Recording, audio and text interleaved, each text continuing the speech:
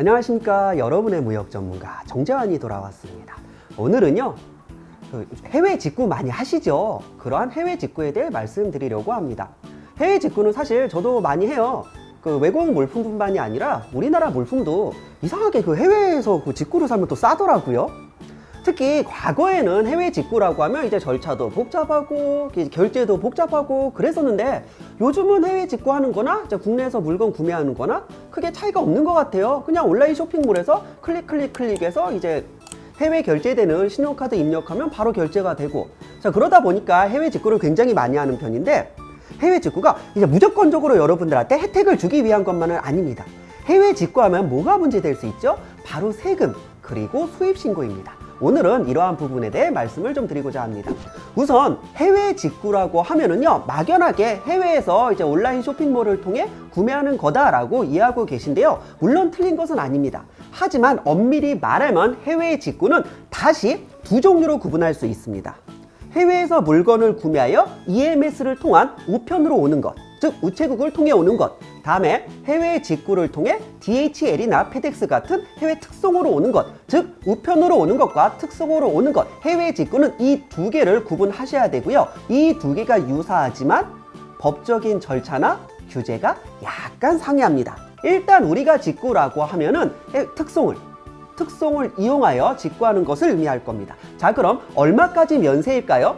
해외 직구, 특송을 통한 해외 직구는 구매 가격 150불까지는 면세입니다. 정확하게는 목록 통관이라고 하여서요, 특송업체가 세관에 이러한 물건이 들어옵니다라고 목록만 제출하면은 그 이상의 아무런 절차 없이, 다음에 어떠한 세금도 없이 여러분들이 물품을 받을 수가 있는 겁니다. 자, 기억하세요. 해외 직구는, 특송을 통한 해외 직구는 150불 면세. 그리고 여기에 하나 더, 어떤 혜택이 있죠? 여러분 해외 직구하면 어디서 가장 많이 구매하십니까?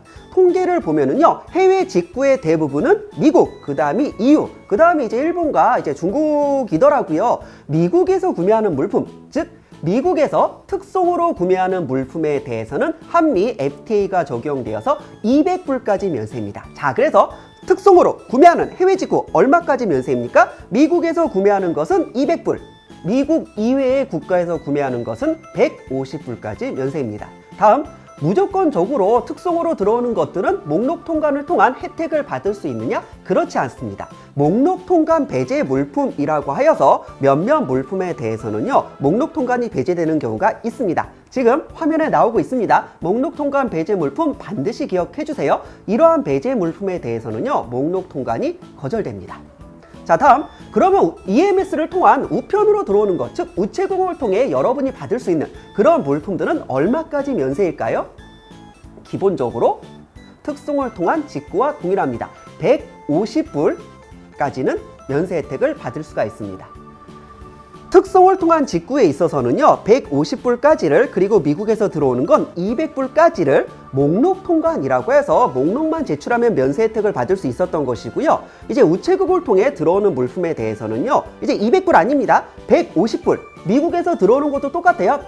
150불까지는 소액 물품이라고 하여서 면세 혜택을 받을 수가 있습니다. 아, 그렇구나. 그럼 여러분들이 이제 뭘 기억하시면 되는 겁니까? 우체국으로 들어오던 특송으로 들어오던 기본적으로 150불까지는 이제 면세 혜택을 받을 수가 있고, 특히 특송으로 들어오는 것에 있어서는 미국에서 구매한 것은 200불까지 면세 혜택을 받을 수가 있겠구나. 자, 그러면 이 금액을 초과하여서 면세 혜택을 받을 수 없는 경우 어떻게 해야 되죠? 그때는 수입 신고를 하셔야 됩니다. 문제는 수입 신고가 너무나 힘들다는 거죠. 자, 그래서 나왔습니다. 간이 수입 신고 혹은 간이 통관이라고 하여서요, 여러분들이 스스로 수입 신고를 간이하게 할 수 있는 절차가 준비되어 있습니다. 역시 우편과 이제 특송의 경우가 약간 다른데, 우편물의 경우는요, 150불이 초과하는 경우 면세 혜택을 받을 수가 없다라고 했죠. 그렇지만 구매 가격이 1000불 이내라고 하면은요, 간이 통관을 할 수가 있습니다. 즉 간이 신고를 할 수가 있고요. 특송으로 들어오는 것들은 150불 면세, 미국에서 들어오는 것은 200불 면세. 그럼 이 금액이 초과하는 것에 대해서는요, 2000불 이내라고 하면은 간이 신고를 할 수가 있습니다. 정리하겠습니다. 우편으로 들어오는 것은 1000불 이하인 경우 간이 신고, 특송으로 들어오는 것들은 2,000불 이하인 경우 간이신고. 간이신고에 대해서는 저희가 이제 별도의 영상을 통해 여러분들이 이제 직접 신고할 수 있는 방법을 저희가 알려드리려고 합니다. 문제는요, 그럼 간이신고는 뭐가 힘드냐? 사실 간이신고 자체는 힘든 게 없습니다. 여러분이 스스로 할 수가 있는데, 그럼 생각을 해보세요. 관세청이 뭐 한다고 여러분들한테 간이신고를 허용해 주겠습니까? 딱 하나입니다. 정식으로 관세사를 통해 수입 신고하는 건 너무나 어려우니까 간단하게 신고를 할 수 있긴 했지만 세금은 더 많이 내셔야 됩니다. 즉 일반적으로 여러분이 저희 관세사를 통해 정식으로 수입 신고를 하는 것보다 간이 신고를 했을 때 세율이 높은 편입니다. 예를 들어서 정식으로 수입 신고를 했을 때는요, 관세가 0%인 경우가 있습니다.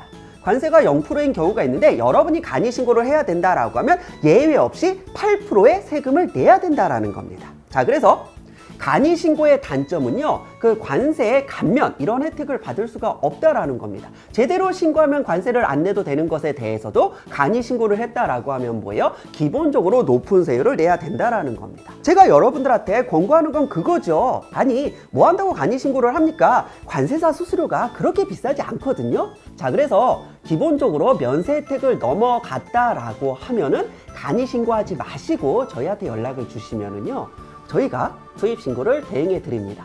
여러분이 내야 되는 세금보다 훨씬 더 낮은 수수료로 수입 신고를 할 수 있을 겁니다. 자, 그럼 여기서 중요한 포인트, 제가 오늘 말씀드리고자 하는 것 중에 가장 중요한 건 이겁니다.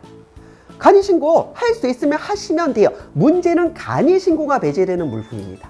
어떤 것일까요?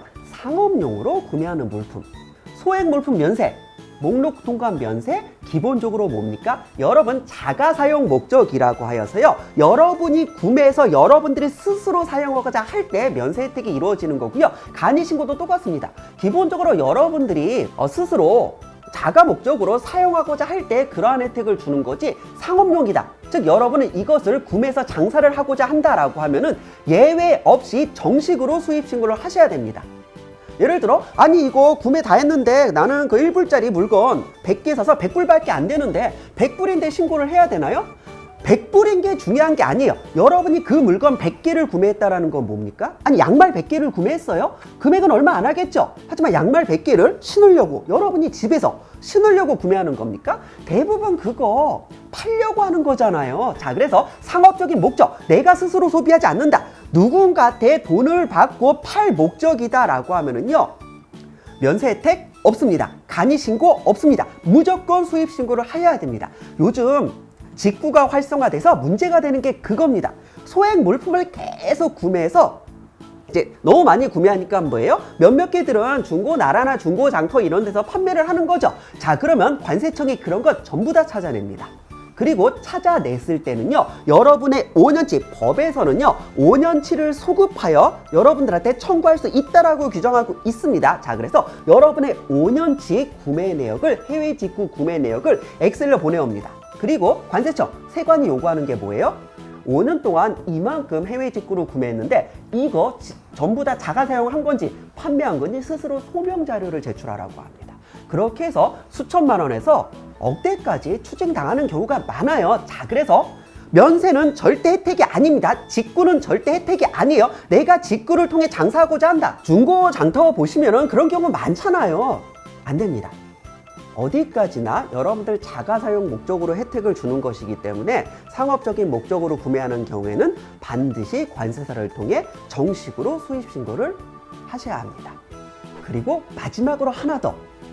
그러면 나는 이제 뭐 블로그나 뭐 중고 장터, 뭐 카페를 통해 뭐 판매를 하고자 합니다라고 하면 당연히 통신 판매업 신고는 돼 있을 테고요. 그러면 저희가 이제 관세사한테 전화를 해서 통관, 즉 수입 통관을 의뢰하면 되나요? 수입 통관을 의뢰하면 되는데 여러분 기본적으로 상업적인 수량, 즉 상업적인 목적으로 구매를 하셔서 통관을 한다라고 하면은요, 특성으로 구매하는 것보다는 우편으로 구매하는 게 훨씬 더 절차가 용이합니다. 특송 같은 경우는요, 기본적으로 소액 물품에 대해서는요, 그 목록 통관이라고 해서 자동적으로 이제 통관을 끝내놓는 경우가 있거든요. 그러니까 여러분들이 이것은 상업적인 목적이다, 꼭 수입 신고를 해야 된다라고 하여서 특송업체에 전화를 해도요, 특송업체가 전화가 잘 안 되는 경우가 있습니다. 특송호체 전화를 한다라고 하여도요, 여러분 물건만 딱 빼가지고 관사를 통해 그 수입 통관하기가 여의치 않거든요. 그럼 여러분들은 어떻게 해야 되냐? 여러분이 정신을 차렸을 땐 뭐예요? 나는 수입 통관할 기회도 가지지 못하고 이미 물건이 도착해 있는 거죠. 그럼 받았으니까 쓰면 되냐? 안 됩니다. 이거 다시 창고로 반입을 한 다음에 수입 신고를 하고 물건을 다시 반출해야 되는데, 그런 절차가 아무래도 조금 복잡하기 때문에 불가능하다는 거 아닙니다. 그렇지만 여러분들이 이제 상업적인 목적으로 직구를 해서 물건을 구매하신다라고 하면은요, 특송보다는 EMS를 통한 구매를 저희는 조금 더 추천드리는 편입니다. 오늘은 여기까지 하여서 그 직구에 대한 일반 개념을 설명드렸고요. 저희는 다음 시간에도 더 좋은 정보로 찾아뵙도록 하겠습니다. 감사합니다.